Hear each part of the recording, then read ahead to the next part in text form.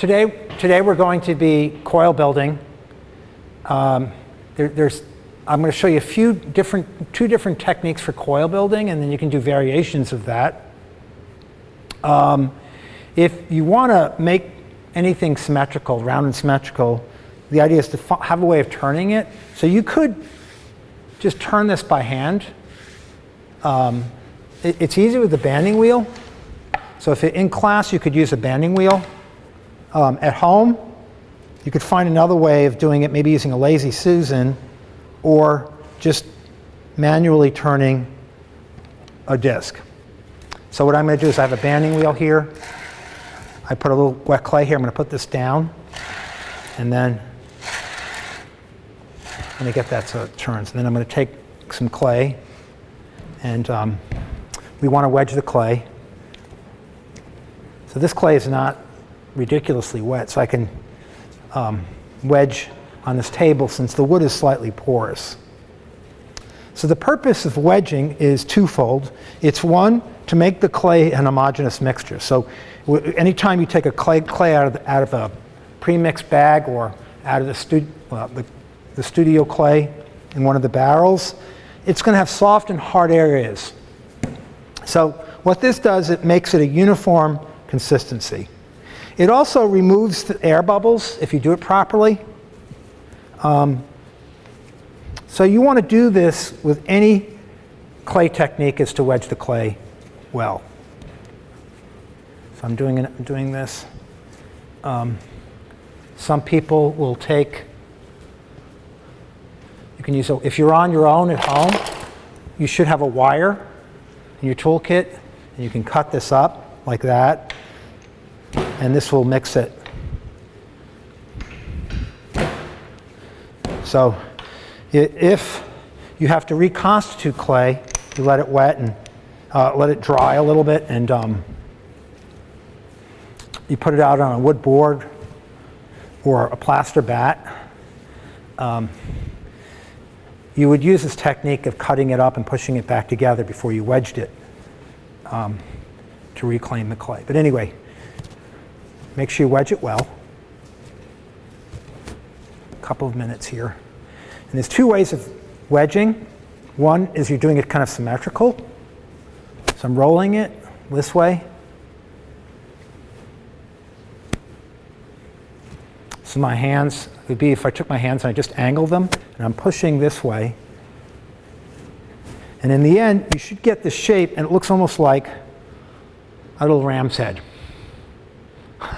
Right? So that's one way of doing it. Another way of doing it, I call it the conch shell method. And you kind of do it where you're making more of a cone, and I'm kind of turning it. So it's more, I'm pushing and turning it, but I'm not, when I'm doing this, I have one leg back, one leg forward, and I'm pushing into it. And it makes it easier. I'm using kind of my body. It's less fatigue. All right, so you know you're doing it properly if you look at something like that. So it's sort of a cone shape, and it looks like a conch shape. You can hear the ocean. All right, so now we're ready to take this. So I'm going to take a ball of clay, and this is going to be my base. So when I'm making any kind of form, I want to think about how large I'm going to make that. So with the first project in the beginning class, you'll have your hybrid design that you've made. You've taken two historical pots, combined two or more, and made this hybrid design. It could be the top half of one, bottom half of the other.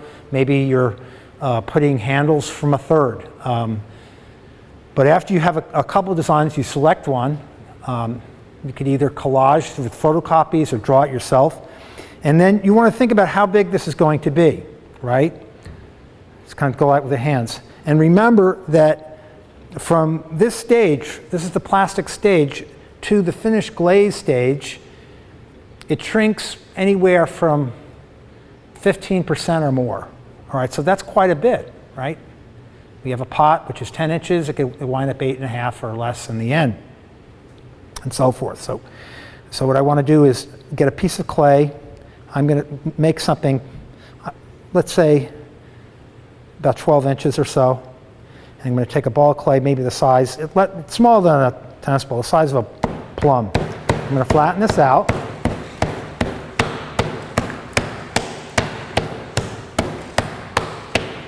And I want to flatten this till it's about 3/8 of an inch thick. And then I'm going to take my needle tool and hold this in one place. And if I want to make it symmetrical, I'm just going to hold this, go like that, lift that up, scrape off the excess. So this will be one of the tools that you'll get from our coop, fettling knife. Very useful. This will also come in handy when you're coil building or slab building.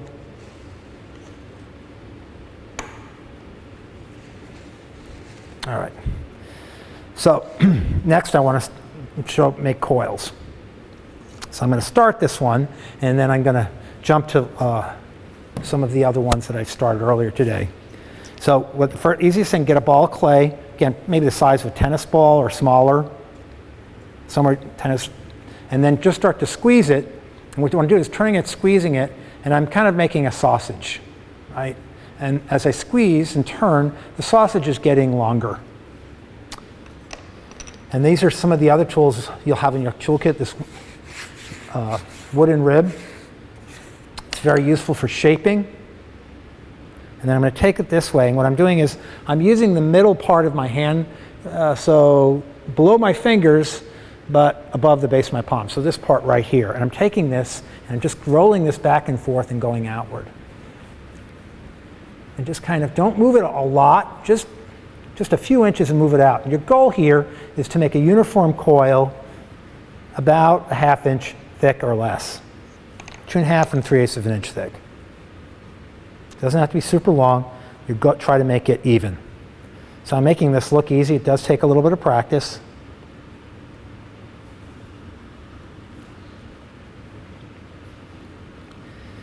Okay.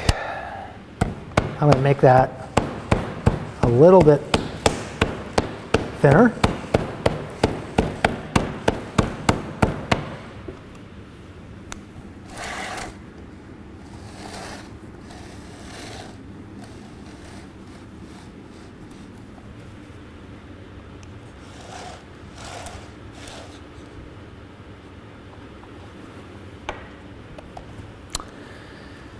All right, so what I would do is keep your clay consolidated. Remember, the minute you take it out, whether you're in the studio or at home, it's a good idea to always keep your clay in a bag. All right, produce bag, whatever. Good. So just keep it in a bag so it stays in the plastic set. If it gets a little dry, you can spray it or put some water on it, but you want to keep it that, makes it more malleable, easier to work with. So cut a piece probably a little bit bigger than what I need.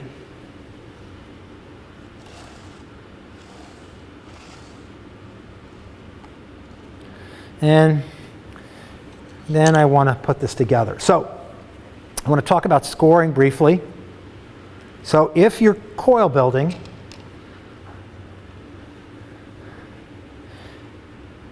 this is a commercial scoring tool. You can get these at our coop. It has stiffer wires. There's like 8 wires there. So if they make these with thinner wires and they don't work well. They don't actually really, almost like you're brushing your hair. They're too soft really. And then there's ones with really thick wires. This is kind of in between. So if you spread these out like a fan, you have the perfect scoring tool. And this is really good for doing detailed scoring like a pot like that. And then the other thing you can use that works pretty well is a fine tooth comb. So normally, like the archetypal combs that you see, I don't have enough hair really to use combs much, but you'll see like a big tooth side and a fine tooth side. It's the fine tooth side. So you cut off the end. That's what I did here. And you could even just cut off a little piece of the comb, just a cheap comb, and then spread them out so you have sharp teeth sticking out. So I'm going to use that one for this.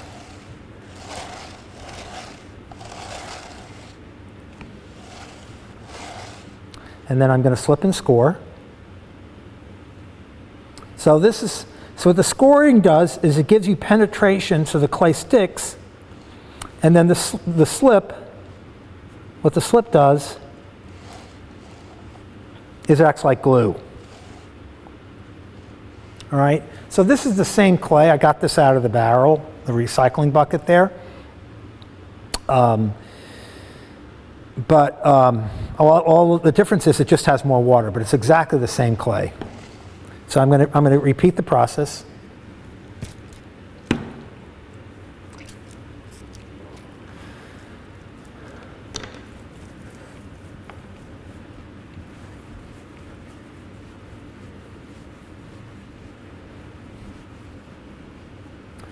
So if you do this at home, just find a place that you can realistically do this. I mean, even in a kitchen table, it's possible, or your basement.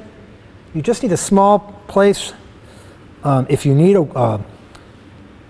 just a scrap board to work on, I have scrap plywood, lots of it. I'll give people as a place to work. Makes it easier to clean.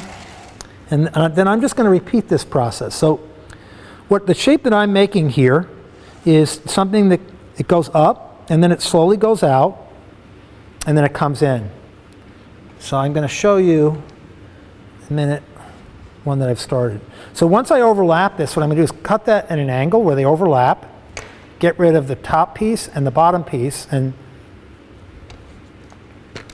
see, they fit together perfectly. So I'm going to build that up some more. I'm going to take that, squeeze, squeeze, squeeze.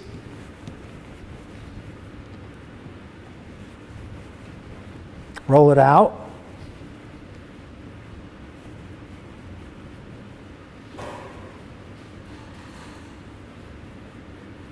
Slip and score. So what the advantage of this is you can make pots which are really large. You can make pots which are symmetrical and round, which are even on both sides. You can make pots which are oval, undulate. There's a lot of flexibility that you have in using this technique. It's a little slower than working on the wheel, but if you look at early historic ceramics, most of it was either coil belt, a lot of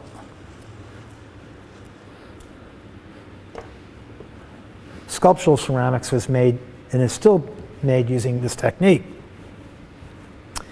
You could use, if you wanted to go a little faster, you can use thicker coils, but just bear in mind you'd have to squeeze those so the wall's thinner. So this coil that I'm putting right now is actually thicker than 3/8 of an inch thick. It's closer to like 3/4 of an inch, but I can squeeze that and make the wall thinner, which I'll show you in a second. All right, so we're gonna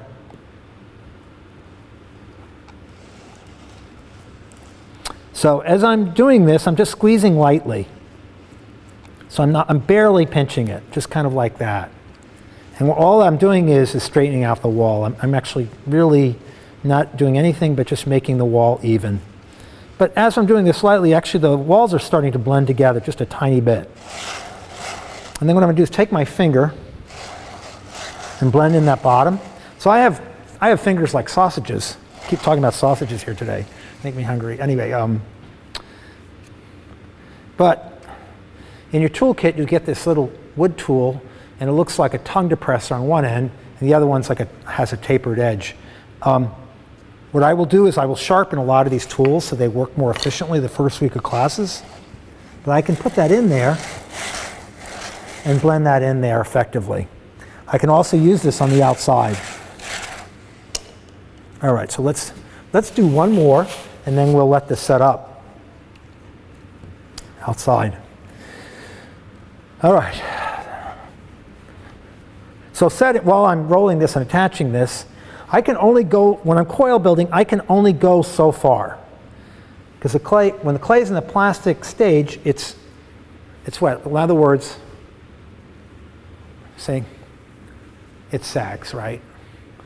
But if this was a leather hard, this could stand up straight into stage. So an analogy to things, right now it's kind of like a dough consistency.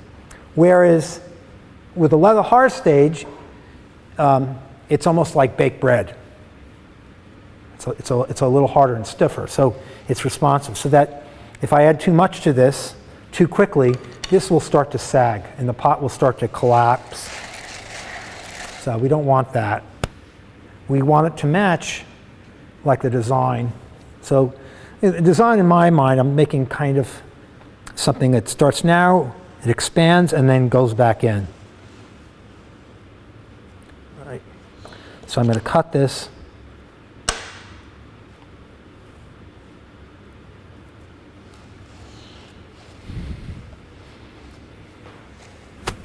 So what I have here are two pieces. This is one that I started, and it's leather hard. And this is also leather hard too. But the difference is the coils on this, I haven't refined this yet, but the coils on this I began to smooth. And this one I actually took the coils, used the coil property to actually begin to make decoration and do stuff with pattern and surface. So I'm going to jump back to these in a minute. So with this one here, I'm approaching this the same way as this pot, where it starts off now, expands out, and all I'm going to do is show you about how to begin to refine it. So I'm going to take the third tool in your toolkit, be your metal rib. So metal ribs are really versatile in terms of what they can do. They have a straight side and they have a round side, but one of the nice things about them is I can push my thumb in this way, and I can adjust the curve by how far I push my thumb in there. So I can take that, and I can get that to match the curve of my pot, and I can pull that up. And what I'm doing is I'm smoothing it, I'm blending the coils so they read as a smooth, continuous, uniform contour. So I can do that on the outside.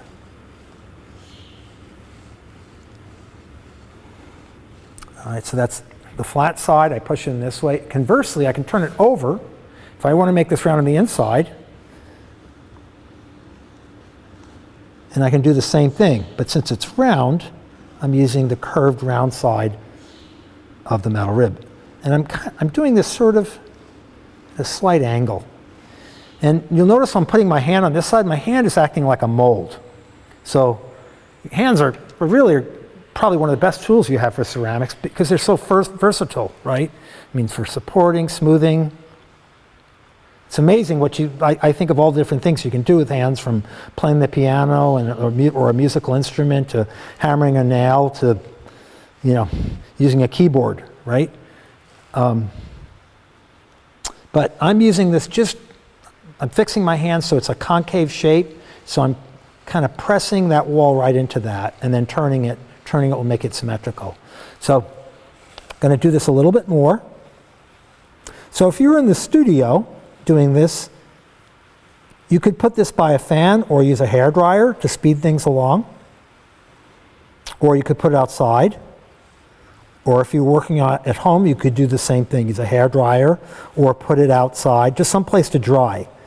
So how long does it take to dry? Well, if you use a hairdryer, it could take a few minutes, but depending upon the humidity, it might take several minutes outside. But you see how wet that is? So that's plastic. We can't build much more without it collapsing. But if we look at this one here, this is one, I'm a little further along. So with this one,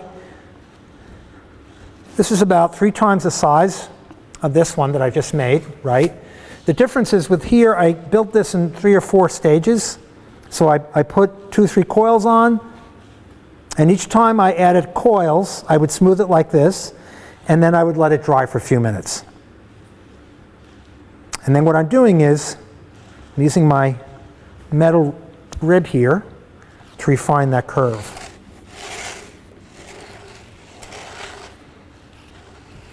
So when you dry this is very, very important. When you dry this, whether it's outside or the pot, 9 times out of 10 is going to dry from, if you leave it out this way, it's going to dry from the top down. If this gets too dry, you're not going to be able to score to add to this. You'll get a crack. So what I would recommend doing is each time you let it dry, just cut maybe 1/2 inch or less of that dry part off. And if you're at home, remember, you're not throwing any of this clay out. Just put it back in a bag, like a bag. You can reuse that. No clay. As long as the clay is not fired, you can reclaim it and use it again and again and again. It's only when after it's fired you can't reclaim clay. All right. So we've got down to the wet clay. So what we're going to do is continue working. Okay. So I'm slipping and scoring, right? Slipping and scoring. You notice this one's even thicker, but I can build up quickly with this. So I'm going to attach this. So that first coil, make sure you score it really well, because if you don't score it really well, or if this is too dry, you're going to get a crack there later. And these cracks are very hard to fix. They're almost impossible to fix once the pot gets completely dry. So make sure that first coil that you put on there is scored really well.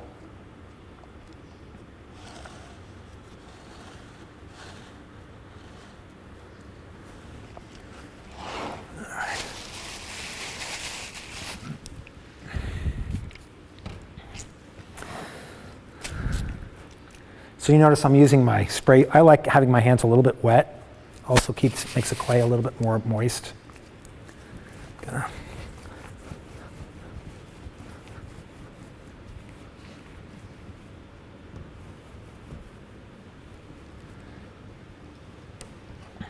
So I'm going to use this one since I showed this to you.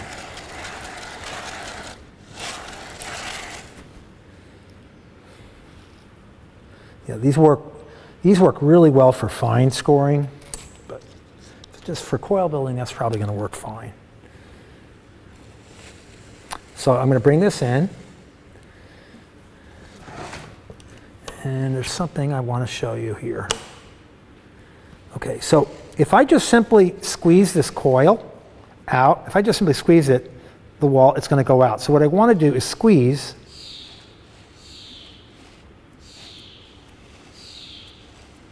But I want to make sure I'm pushing inward.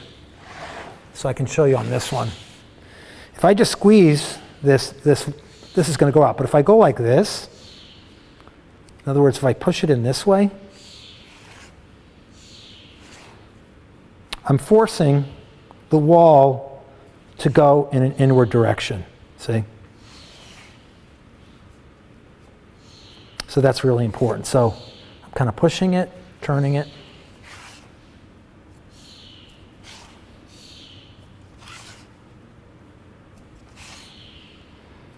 And then I would let it set up. Okay. So as I'm going now, I'm going to smooth this out. Remember, pushing my fingers in there, get a curve there. Sometimes I'll zigzag a little bit, make a cross pattern. The whole idea is I'm smoothing it out. And then on the inside, what I'm doing is, it's almost like I have something on my thumb. I'm actually just smoothing it just with my thumbs and turning it.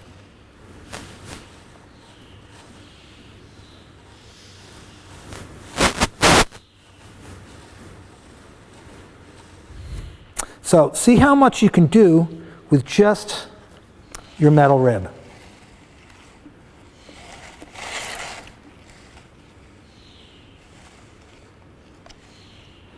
And if you try to use that flat side, pushing your thumb in, especially if it's round, try to do it from a number of different angles. And if you do that, you're more likely to get a uniform curve. So pretty much everything I've done in terms of refining, it's done almost completely with this metal rib.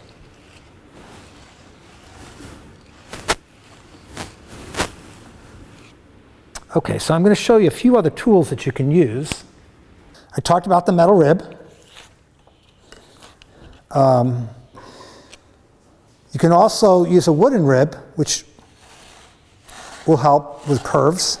So one of the things I will do the first week of class is I usually when I sharpen these tools, I'll round this off just a little bit. It makes it a more versatile tool for shaping, whether you're coil building or working on the wheel or making anything that's round. Anyway, I can reach in there, stretch that out. Put a little more clay here.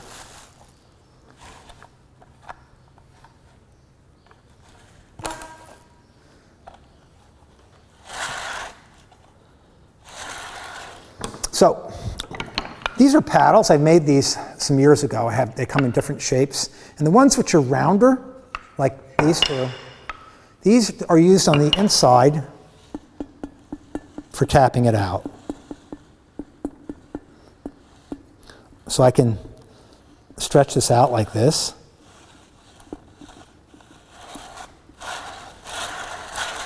If it's a little harder, I can just tap it. So if I want to make it asymmetrical, I could tap it more on one side than another. And then I have flat paddles, and the flat paddles are pretty much used for the outside. So what you try to do if you're using the paddles is use the flat ones on the outside for shaping it, kind of bringing it in a uniform way, and use the round ones for pushing it out.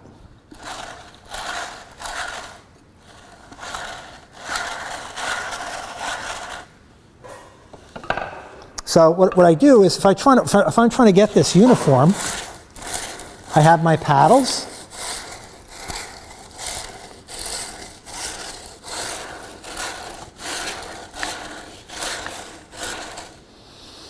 I have my metal rib, right? And then the last thing I can show you, we can use in combination, are these are shear forms. So there's some shear forms which are curved. The flat ones work in a similar way for refining it as the flat paddles, only they remove clay. So what this does is it takes clay off in such a way where the high areas go down to low areas, so it's just one area. So you get rid of all the recessed areas.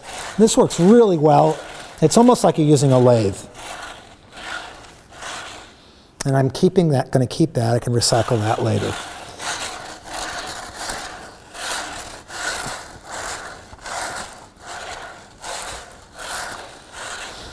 These shear forms are really nice for woodworking too, and you can get these in any hardware store.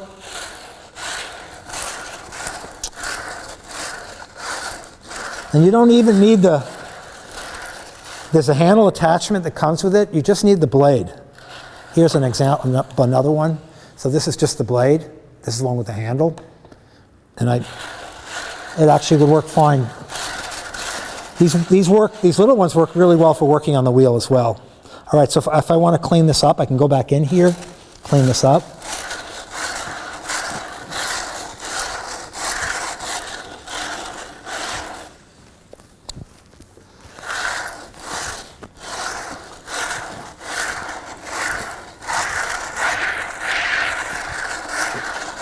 So what I'm doing is I'm getting rid of the marks from scoring.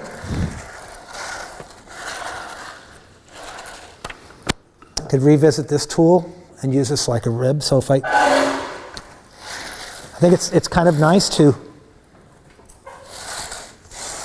create just a little negative space there. Lifts the pot up a little bit.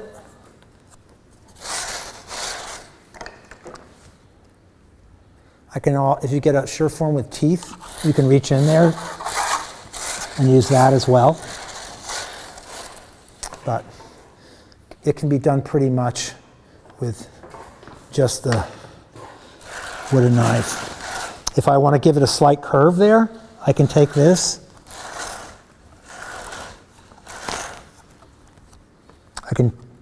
There's like a trimming angle if the edge is going toward me. If I'm going away, that's more of a shaping angle.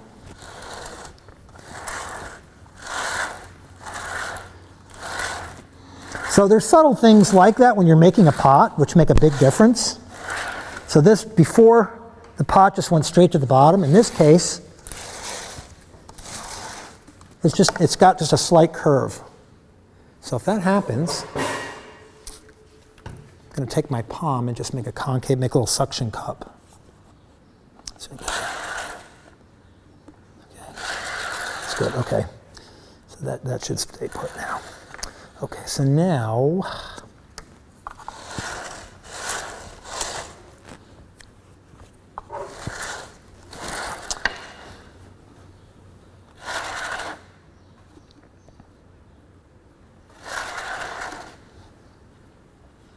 so I'm going to bring this pot in. I think what I'll do is make a little neck for this and finish it up. So if I want that centered, what I'm going to do is start to bring this in almost and start to close it, but I'm not going to close it completely.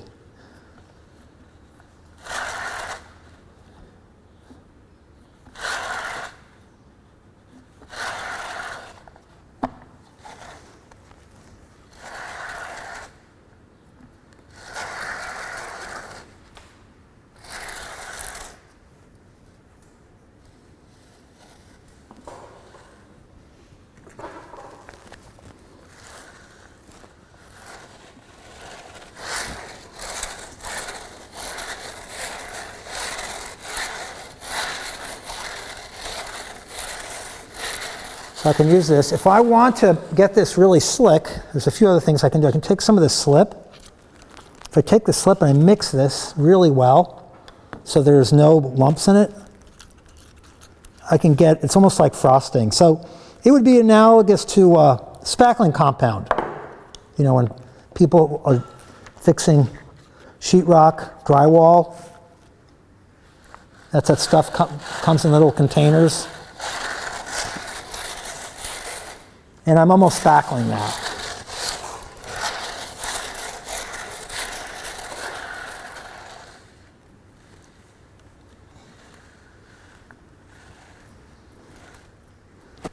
So now what I'm going to do is cut a little piece off.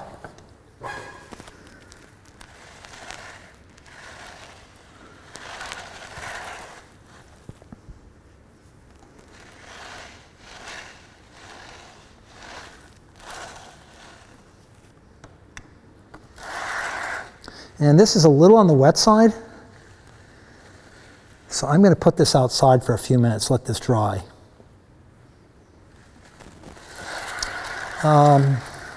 Something else that you can use for shaping is just a spoon. Tablespoon, teaspoon. This is a larger pot, so I'm going to use this tablespoon. And I'm going to use this like a rib.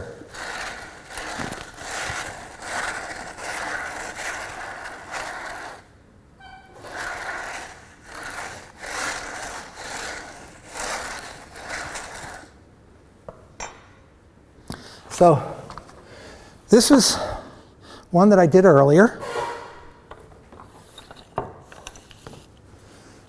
It's a little dry. So what I did was I started just like I did the other one, only this one had a slightly more oval shape like that. And then I took the coils and I carefully rolled them into little shapes that look like cinnamon rolls. So you could, with this technique, you can make a lot of different shapes. You could use balls, you could roll. I mean, it's up to you and your imagination. So, but I'm going to make one of these to show you what I did. So I took a coil. In this case, I think they were about 10 inches or so. I want to make it uniform. If you have a lot of stuff on your hands, it's not a bad idea to clean it. Sometimes all those crumbs can kind of get in the way. So I'm going to be really careful here. And it could be a uniform coil. You could have one end that's slightly tapered, but the clay's got to be wet, because if it's not wet, it's going to crack. So you want real plastic. And then all I'm going to do is turn this. Right? And this one I wanted it to match, so it's about the same size there. So what I did in this case is I took some slip to hold it together. and I just brushed slip in one side like that. And by doing that, it's going to hold it all together. I don't need to score it. And then what I did was I had a base, which was kind of like that. And then I took my scoring tool, and I just carefully scored the area where the coil came in contact with the wall, right? And I say every time you touch something, you have to score it. So this is another way of working. So if you do this project, I would encourage you could make like a vase, but you could also make like a fruit bowl, something more open maybe, so you can see both sides. So I'm going to do like a variation. So what I thought I would do is just do a little bit more with this. I'm going to maybe add a ball here and then a coil at the top to finish it up. So what I'm going to do is just roll out a series of balls the size of small grapes. Maybe making them all the same. Clay is an amazing material because the plastic, when it's in its plastic stage, it really doesn't have any form or shape. So there's a lot of potential. I mean, all you have to do is go online and look at demonstration videos and just see the range of things that people do with clay, from working on the wheel to hand building to making figurative sculpture.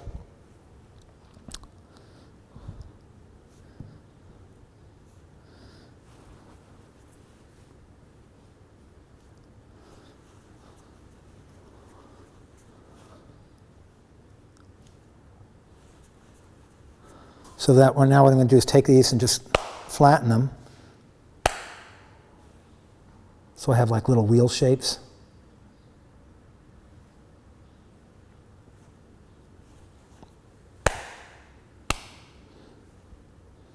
I'm putting that right in my palm.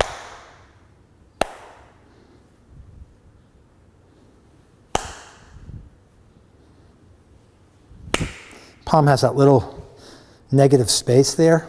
It's like, almost like a shallow dish, and it's perfect for doing this.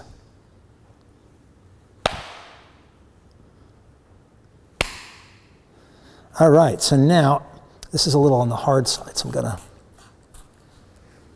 spray this, and then I have my magic scoring tool, and I've got my slip here, so I'm all set to go here. So what I'm going to do is score this on two sides carefully, just enough. The advantage of using this tool when you're scoring too is it's not going to leave a scratchy mess. And some of those marks can be cleaned up just with a soft brush and some water.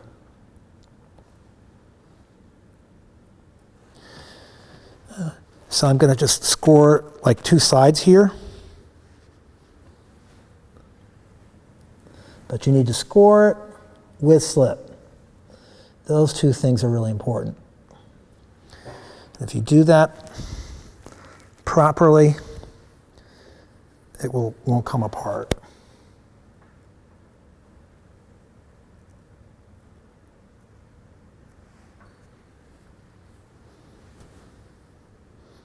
So as I'm talking here, that smooth walled pot is setting up.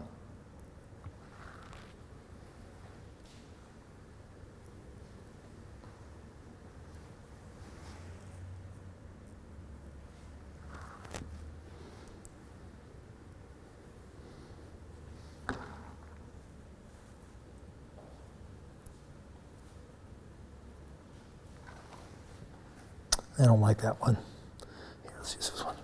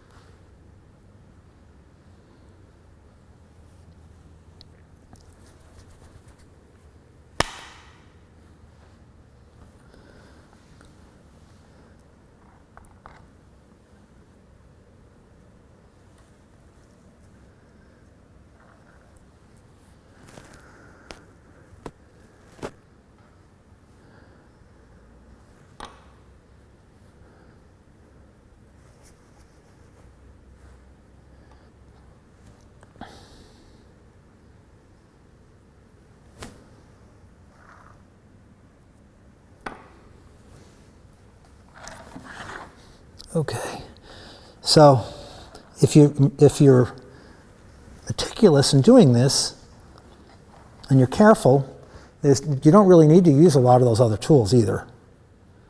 So, but a pot like this would be more, yes, it's about form, but it's also about surface as much as anything else. So what I'm going to do is add another, I could keep building and continue like putting spirals or different shape coils on that. A really good historical example of this type of ceramics, and they did this and probably in combination with carving, would be Jomon pottery. It was done a couple of thousand years ago in prehistoric Japan. But some of them are just amazing. You can see images of that online. Let's see here. Let's get a little bit more clay.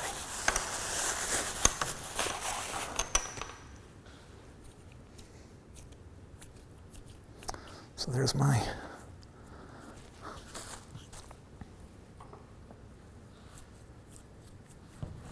I think what I want is a nice wide band which complements the base there. So I'm going to make a coil, which is it'll be more like a slab.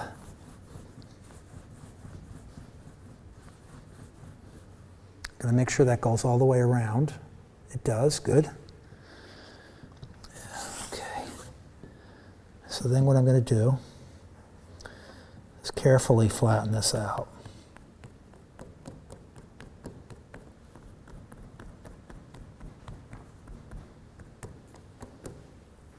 Now, if you want to do this more in a uniform manner, you can take a piece of canvas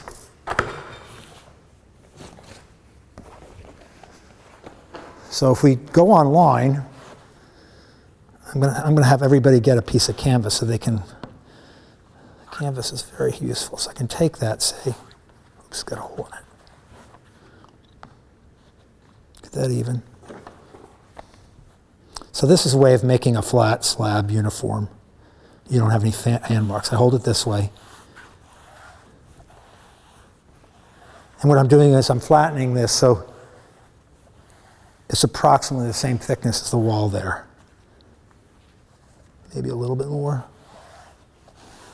You also get like a nice soft lip this way too.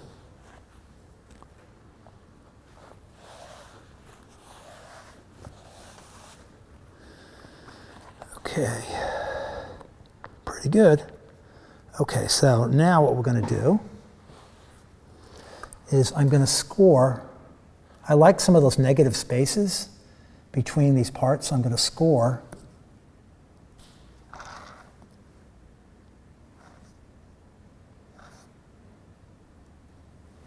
the areas that I believe this large coil I'm about to attach is going to make contact. So all these areas, like in my back of my mind, this is where it's going to make contact. So those are important. And then I'm going to score just one side of this.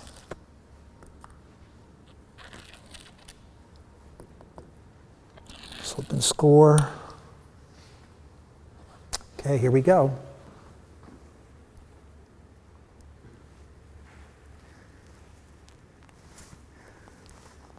Okay, so where it overlaps, I'm going to talk about this more with slab building. See, I'm going to stretch this out. Whoops.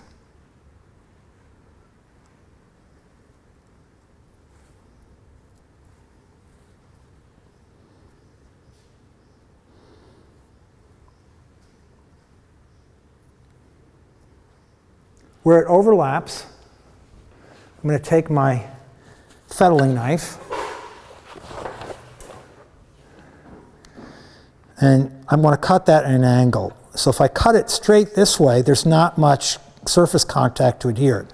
This is twice as strong because there's twice as much, almost twice as much surface area. And I'm just going to cut straight down through where they overlap. So I get rid of the inside one, the outside one, and voila, they fit perfectly. So, but before I put that together, what do I need to do? I need to slip and score.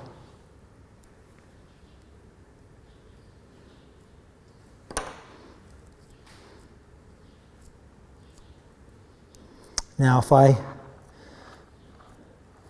now what I'm going to do is just kind of squeeze, and this should expand out.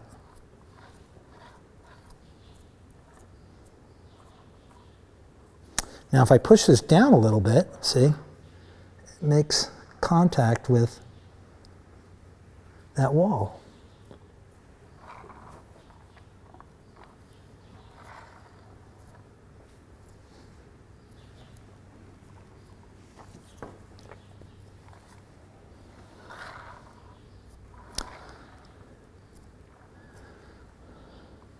So I can make something wider, almost like a berry bowl. And using this technique, I could continue building. If I want this to come in more, all I have to do is push this in.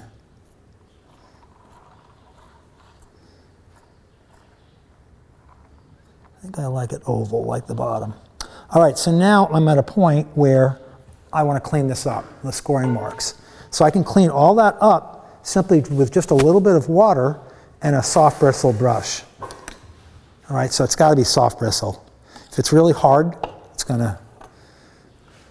So I'm just get rid of the water, and all I'm going to do is clean this up. Sometimes, it sometimes helps just to have a little bit of slip to act as a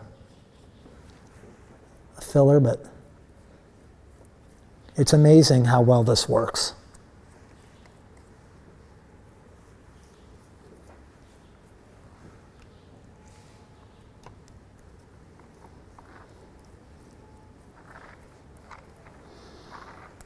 So the idea is to show the coils, but you don't see the little scratchy marks from how we put it together. And I can use this on the outside too.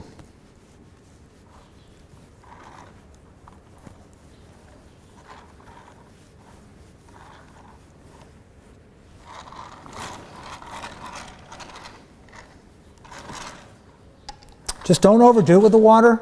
So remember, when water is your friend because it maintains the consistency of the clay, but if you add too much water, it will weaken it. So if I let this sit in water down here, that's a problem because that'll weaken it. So I just don't want to leave water on the inside or the outside. Okay, so again, I could keep building on this or just refine it. All right, so let's jump back and we'll finish the other one now. And what I'd like is to build this up and make a neck on this, and I'll show you how you can refine the lip. So I'm going to do this in 2 coils, 2 thicker coils, that is.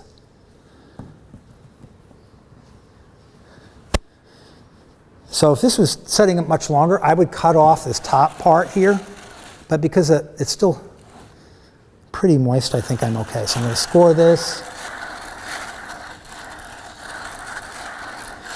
I'm going to score this, attach this. Okay, remember, we overlap at an angle, attach, and then I'm going to blend.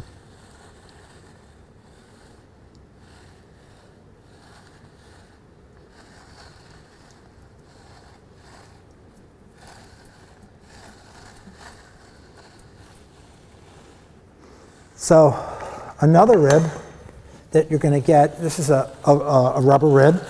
They make these out of different rubbers. There's a black one which is really stiff, which works fine. And then there's ribs that they make which are small like this, and then there's a larger version. The blue ones are made of a softer rubber. The black ones are made of a harder rubber. I like these small blue ones because they're useful for working on the wheel as well. But what they do is they're like metal ribs. They don't do much scraping, but they're good, really good for smoothing and some shaping if the clay is soft like this.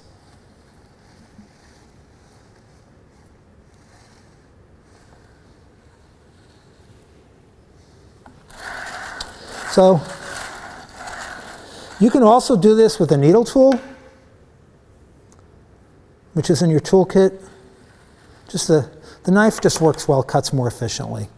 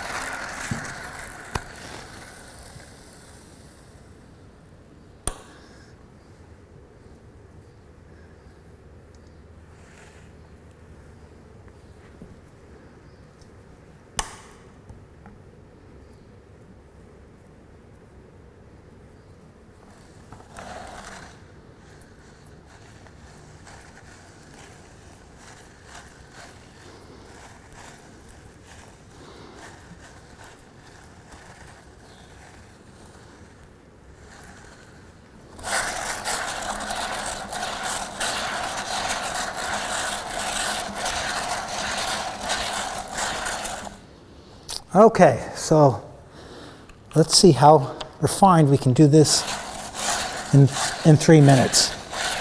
So, quick review for shaping. We have our paddles that we can use on the inside. This won't fit in there for shaping the inside. We have, remember, the round paddle on the inside, flat paddle on the outside.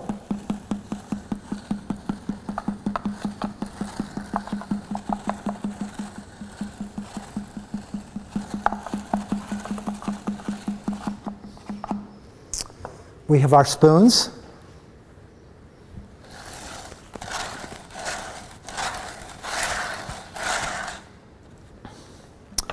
We got our metal ribs.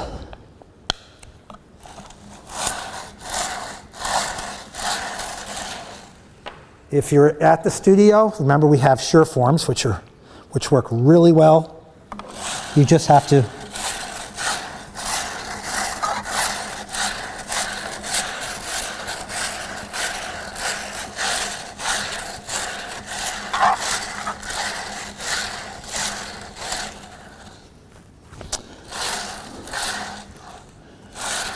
do make sure all these scraps can go back in the barrel.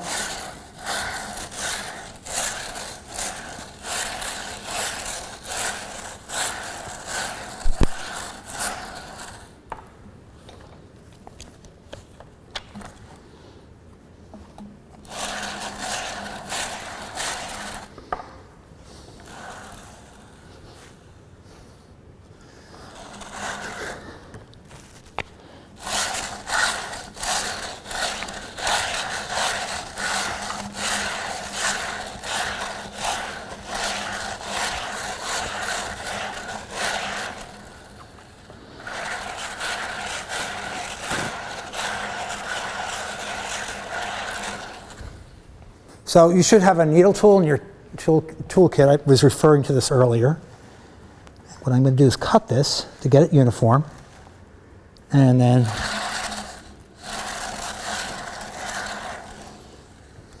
squeeze that. Okay, so if we're at the studio, we can use a piece of leather. And the leather, this is just wet, like a thin scrap of old leather. So this actually has the same properties. It's like between a sponge and a rubber rib, because it's flexible like the rubber rib, and it's smooth like the rubber rib, but it holds water like a sponge. So I can take my fingers, make almost like a victory sign, right?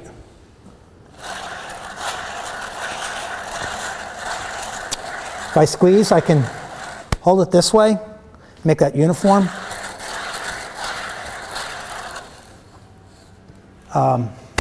And it's important to remember that I can keep alternating with my other tools. Like if you figure like you can only go so far, well, do I need to let it set up? Or maybe it's time to jump back to the other tools.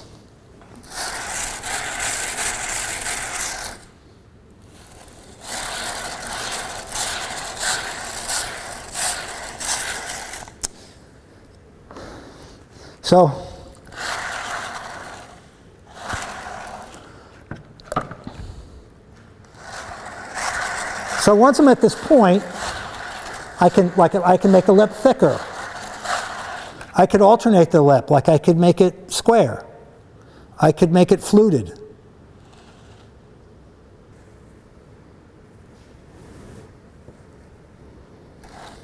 And if I don't like it,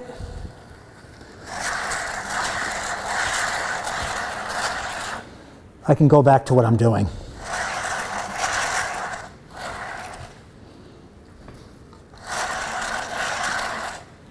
Okay.